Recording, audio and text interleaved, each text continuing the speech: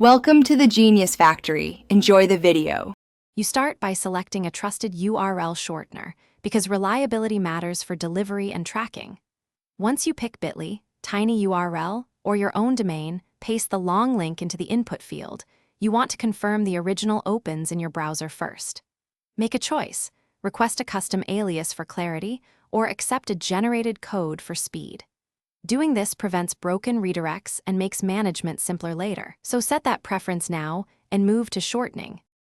You paste the long URL, then review available settings because these control access and metrics.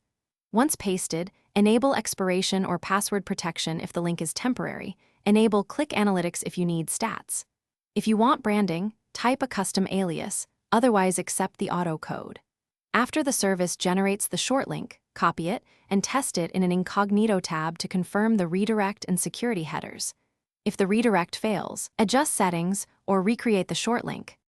You deliver the short link where needed, and then monitor clicks to ensure it's working and reaching the intended audience. If you used a custom domain, make sure DNS records remain correct.